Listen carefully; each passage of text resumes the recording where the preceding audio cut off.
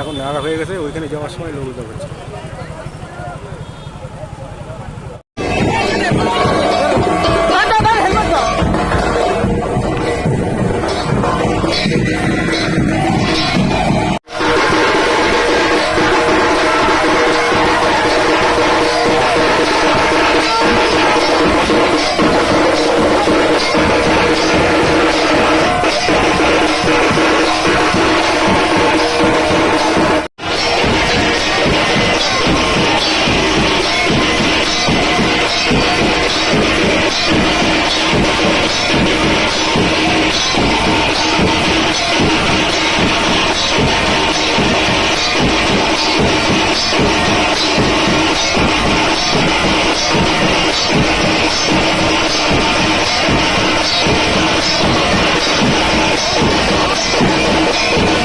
লোকটা বের করে নিবি। হ্যাঁ, সব পরিষ্কার বুঝছেন।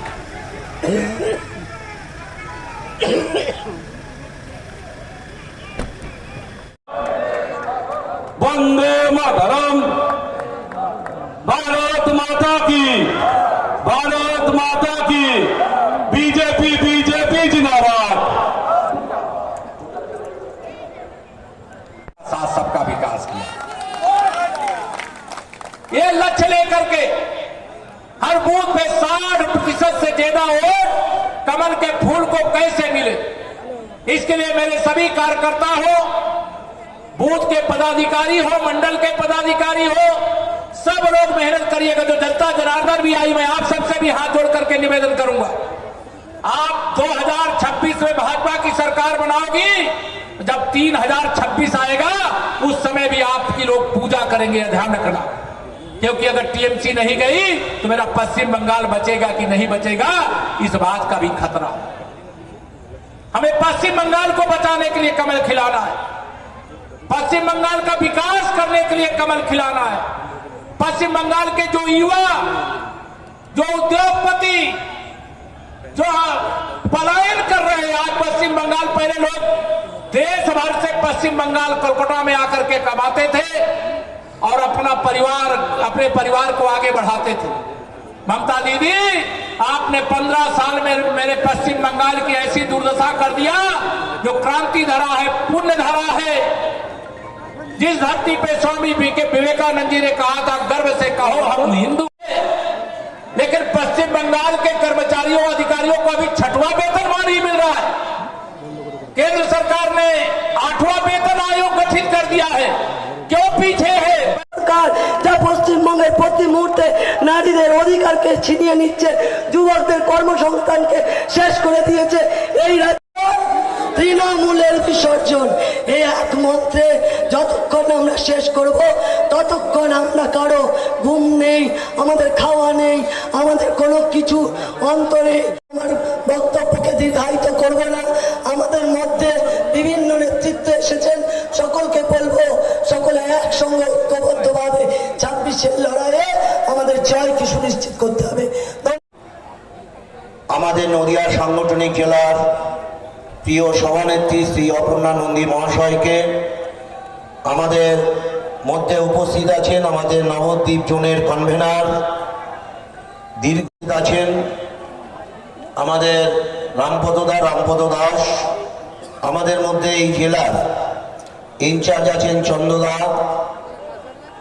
উপস্থিত আছেন তারকদা আমাদের, এবং পশ্চিমবঙ্গের পূর্ণ পরিবর্তন পরিকল্পনা আগামী দিন রচনা করতে এই পশ্চিমবঙ্গে ভারতীয় জনতা পার্টি সরকার আসতে হবে।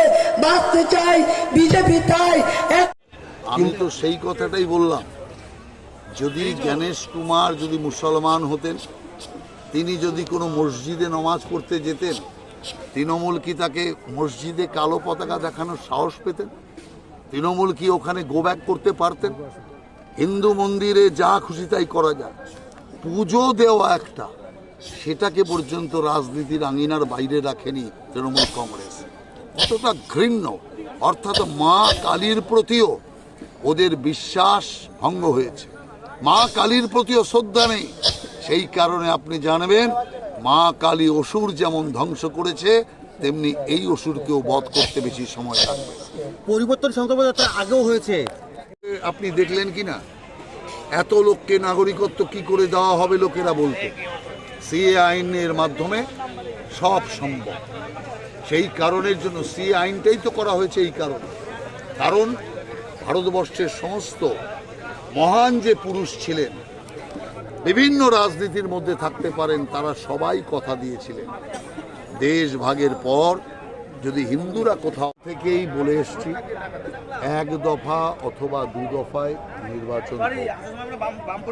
এক দফায় করলেও আমাদের আপত্তি নেই, দু দফাতেও আপত্তি নেই। কারণ বহু দফায় ভোট বাংলায় বারবার হয়েছে। এবার সবাই চাইছে যে এক দফা অথবা দু দফায় নির্বাচন হোক। ইলেকশন কমিশন যেটাই বিচার করবে আমরা সব দফার জন্য তৈরি আছি। কিন্তু সবথেকে আপনি আর একটা